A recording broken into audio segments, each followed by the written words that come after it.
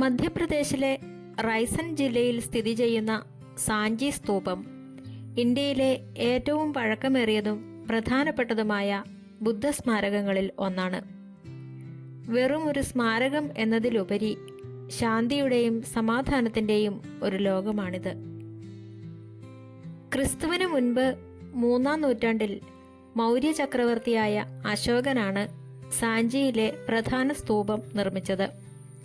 ബുദ്ധമതത്തിന്റെ വ്യാപനത്തിൽ അശോകനുണ്ടായിരുന്ന താൽപ്പര്യത്തിന്റെ തെളിവായി ഇത് നിലകൊള്ളുന്നു. ബുദ്ധമത വിശ്വാസപ്രകാരം ഗൗതമ ബുദ്ധന്റെ തിരുശേഷിപ്പുകൾ സൂക്ഷിച്ചിട്ടുള്ള പവിത്രമായ സ്ഥലമാണിത്. ബുദ്ധഭഗവാന്റെ തിരുശേഷിപ്പുകൾ സൂക്ഷിക്കുന്നതിനായി നിർമ്മിച്ച ഈ സ്തൂപം അക്കാലത്ത് ഇഷ്ടികകൾ കൊണ്ട് നിർമ്മിച്ച ലളിതമായ ഒരു അർദ്ധഗോളാകൃതിയിലുള്ള ഘടനയായിരുന്നു. ഇന്ത്യയിൽ നിലനിൽക്കുന്ന ഏറ്റവും പഴയ ബുദ്ധസ്മാരകങ്ങളിൽ ഒന്നാണിത്. അശോകൻ തൻ്റെ പത്നിയായിരുന്ന ദേവിയുടെ നാടായ വിദിശയ്ക്ക് സമീപമാണ് ഈ സ്ഥലം തിരഞ്ഞെടുത്തത്. മൗര്യ സാമ്രാജ്യത്തിന് ശേഷം വന്ന ശുംഗ രാജാക്കന്മാരുടെ കാലത്ത് ഈ സ്തൂപം വിപുലീകരിക്കപ്പെട്ടു. പഴയ സ്തൂപത്തിന് മുകളിൽ കല്ലുകൾ പാകി അതിൻ്റെ വലിപ്പം വർദ്ധിപ്പിച്ചു. ഇപ്പോൾ നാം കാണുന്ന കല്ലുകൊണ്ടുള്ള സ്തൂപത്തിന്റെ പ്രധാന ഭാഗങ്ങൾ ഈ കാലഘട്ടത്തിൽ നിർമ്മിച്ചതാണ്. സ്തൂപത്തിന്റെ അർദ്ധവൃത്താകൃതിയിലുള്ള മുകൾ ഭാഗം ആകാശത്തെയും പ്രപഞ്ചത്തെയും സൂചിപ്പിക്കുന്നു.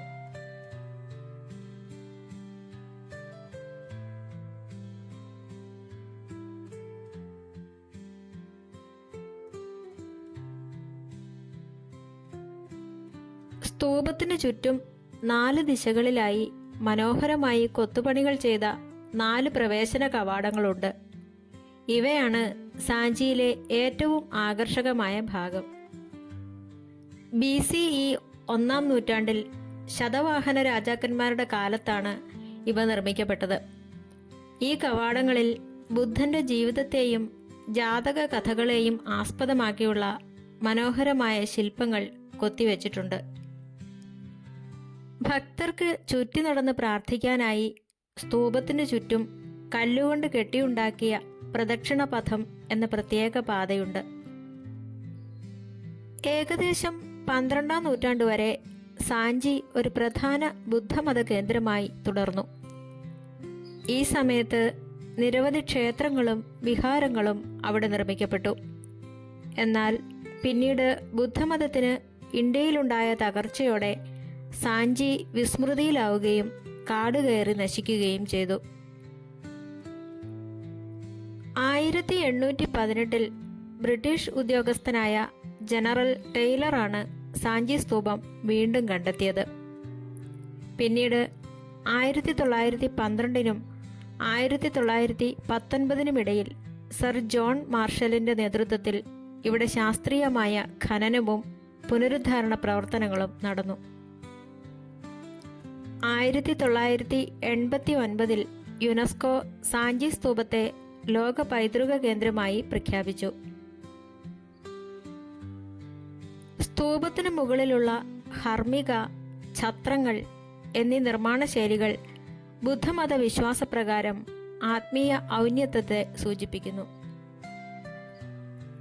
സ്തൂപത്തിനു മുകളിലുള്ള ചതുരാകൃതിയിലുള്ള പീഠത്തെ ഹർമിക എന്നും അതിനു മുകളിലുള്ള 3 കുടകളെ ഛത്രി എന്നും വിളിക്കുന്നു.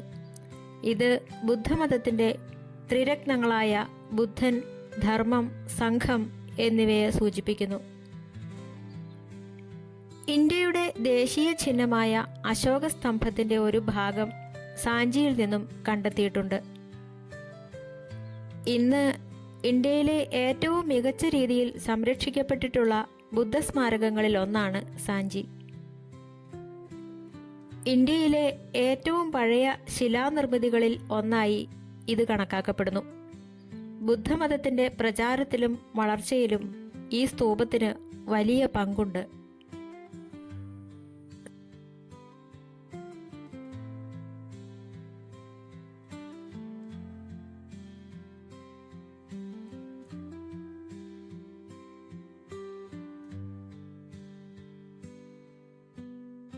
സാഞ്ചി സ്തൂപം ഭാരതീയ വാസ്തുവിദ്യയുടെ വിസ്മയമാണ്.